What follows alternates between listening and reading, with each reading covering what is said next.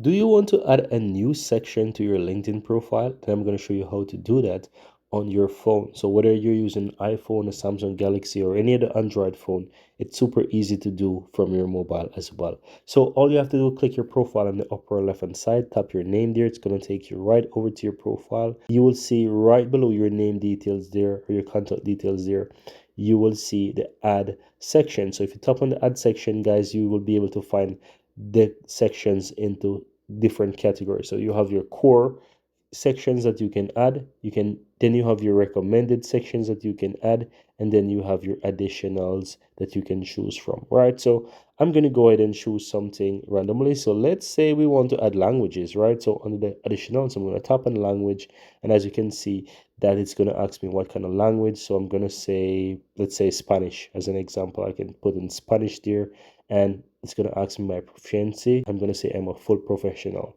right? So I'm going to simple tap on save there, and you can see that this section is going to be added to my LinkedIn profile. Now, how do you see that? Just simple go back to your profile, guys, and if you scroll down, you will see the language section here, and it shows it.